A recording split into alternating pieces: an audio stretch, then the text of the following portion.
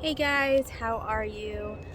Today I am going to be tackling the flower bed behind my back porch, and I thought I'd bring you along to show you what I'm doing.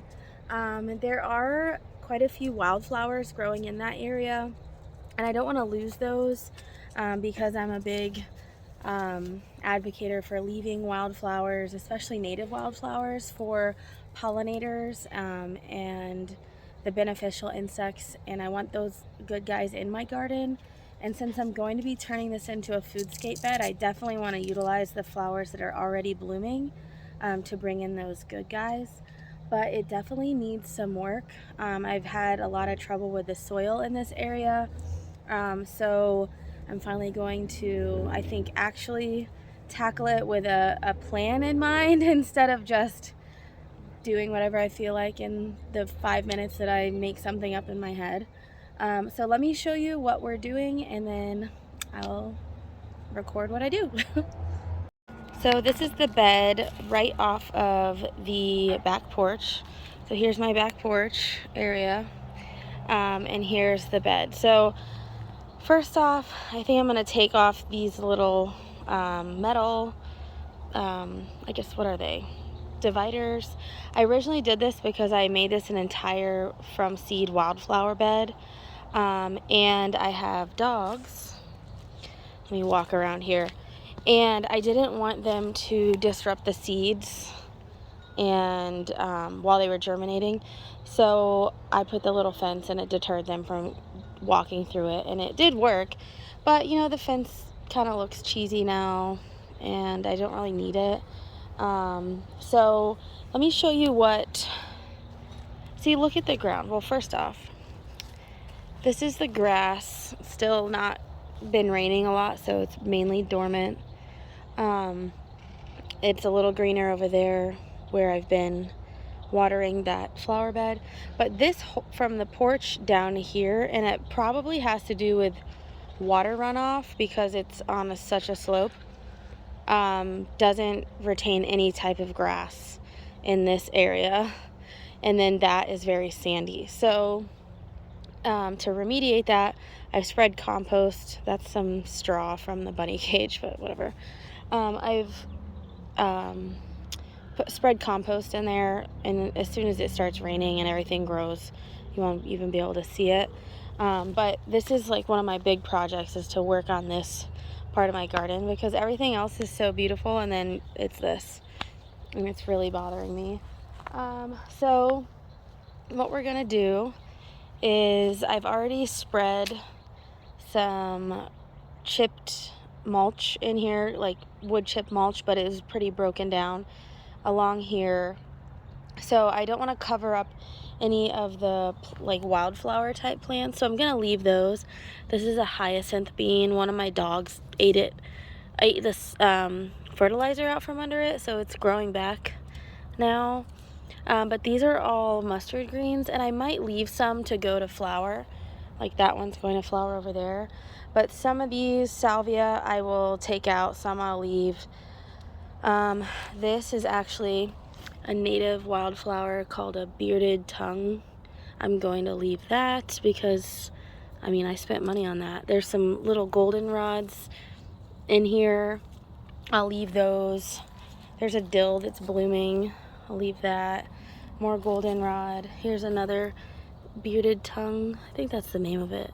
Bearded tongue. That sounds about right. But I'll leave all those things. There is a Florida native,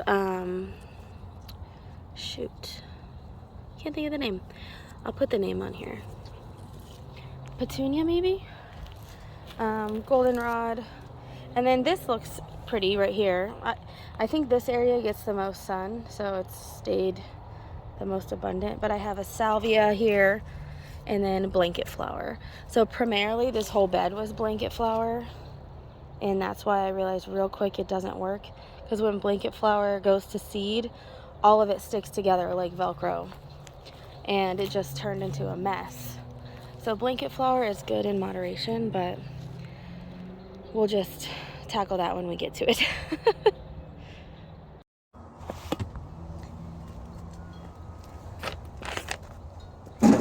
Okay, so first off, I did want to say that I realized that this product here is a potting soil, and it's one that I've used a lot with really good success in my containers. And whenever I have extra, I really do just throw it out in whatever flower bed or in the garden. There's a couple reasons why I'm going to use it in here. It does have earthworm castings and bat guano, so basically bat manure, in it. So it's going to really help this soil. Plus I'm going to be adding compost, and when I go I'll get some more earthworm castings and add it to this. And this here is just breaking down into a nice compost as it is. So I'm really hoping to enrich this area. This is going to be like an experiment with this soil. I can't find this brand making anything like a garden soil. It's all either just soil amendments or potting soil, but it does really well. So I'm gonna experiment, and we're gonna put it in this garden bed and see how it goes. So I'm gonna start by opening that up, and then we'll just start pouring it in. I am gonna go around, oh, I don't even know if you can see me. I am gonna go around all the plants instead of dumping it right over. So we will start from here, see how it goes. So I probably will just pause the video because nobody wants to see me bend over and put soil in a bed, and then I'll be back and I will show you what I plant. Okay, so I just finished getting all of the soil down in this bed, and then I mulched around the edge of it just to make it look a little more tidy. In the end, this bed will have no defined border anyway, because it's going to have a pumpkin in it and wildflowers, and all of that just adds to spilling over the edges. So I'm not going to worry too much about making the edges super tidy, because it doesn't matter. So let me show you what I'm going to plant in here. So first off, I want to show you, when I bring my seeds outside, I always keep them in these little photo cases. They're stored in those bins that are up there. But when I bring them outside, I like to keep them in this because I end up leaving stuff outside and then it gets wet or the wind blows, and this is just ensuring that I don't ruin seed packets. So first off, what I'm going to be sowing in here is, sorry about the camera, Seminole pumpkins. So I do live in Florida. These are, I don't think they're actually native here, but they've been here so long that they're considered, you know, kind of a staple down here. They're small, very sweet, edible pumpkins. So that will take up most of this entire bed, and whatever's left in here is just going to be popping up through it. But the pumpkin vine is, while it's a vine, I'll still be able to kind of navigate a couple of the other wildflowers that I don't want to get ruined through the vine itself. And then throughout the entire bed, I'm going to be planting these double click snow puff cosmos. So I'm going to do all of one color. It's all white, and see how that looks in this bed. So my thought process is, while the vine is taking off, the cosmos are going to have time to germinate and get a little taller, and then the vine can just grow around them.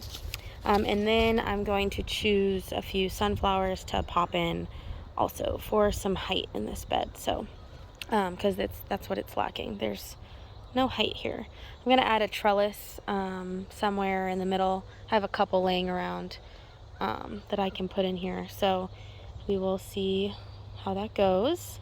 So yeah, all I'm going to do now is seed this, water it in, and that's basically it. So I'm not even going to video that because I'm just going to plant the seeds per the package instructions, and I will keep you updated as to the progress of this bed.